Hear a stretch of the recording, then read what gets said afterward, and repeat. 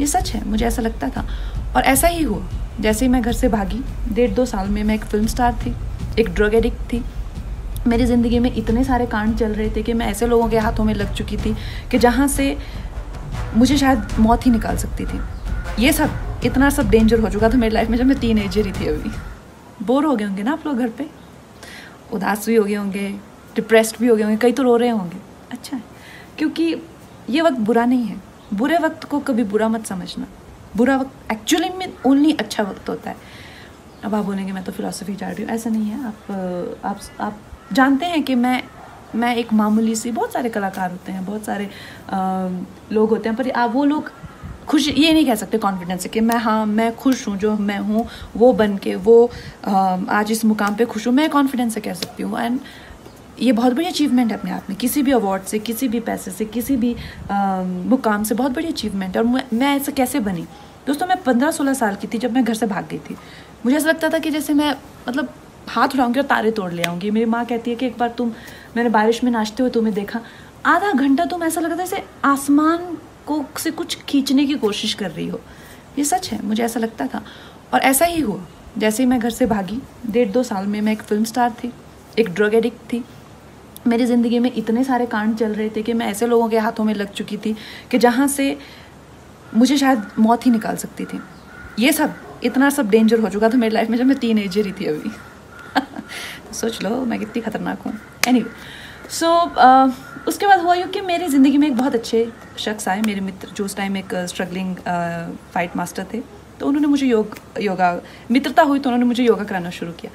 एक दिन उन्होंने कहा आंखें बंद करो। आंखें बंद की तो मैं रोना ही ना रुके।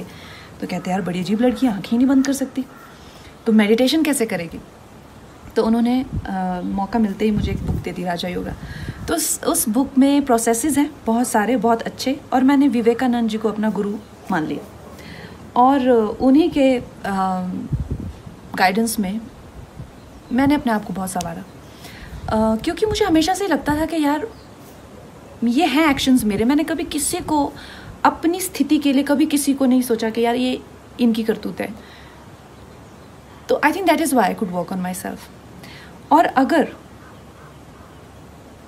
वो मुकाम मेरी ज़िंदगी में नहीं आता तो शायद मैं भीड़ में घूम जाती, शायद मैं इतने आगे नहीं आ पाती।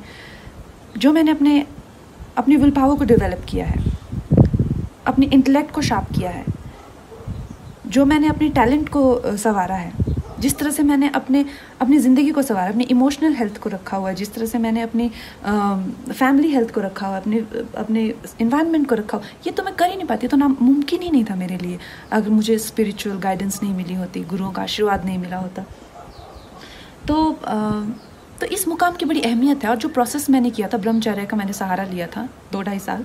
उस टाइम पे मैंने एक फ़िल्म की थी फैशन, और मेरी एक बहुत अच्छी मित्र थी अश्विनी देशमुख। आजकल उनसे बात नहीं होती है, पर वो उस टाइम मुंबई मिरर की जर्नलिस्ट थी। तो उन्होंने देखा यार तुम क्या करती हो, सिर्फ सफ़ेद वस्त्र पहनती हो और उबला हुआ खाना खाती हो। तो मैंने उन्हें बताया, तो उन्होंने एक बड़ी भलती हुई सी स्टेटमेंट लिख दी कि कंगना टर्न सेलिब्रेट।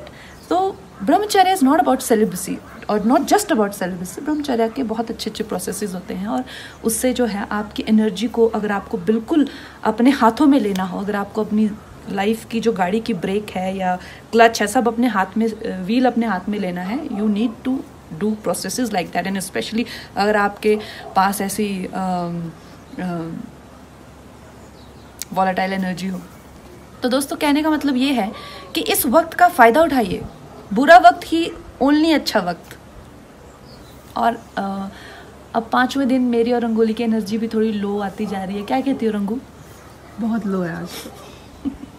तो हम इससे ज़्यादा ज्ञान नहीं बांट सकते। कट।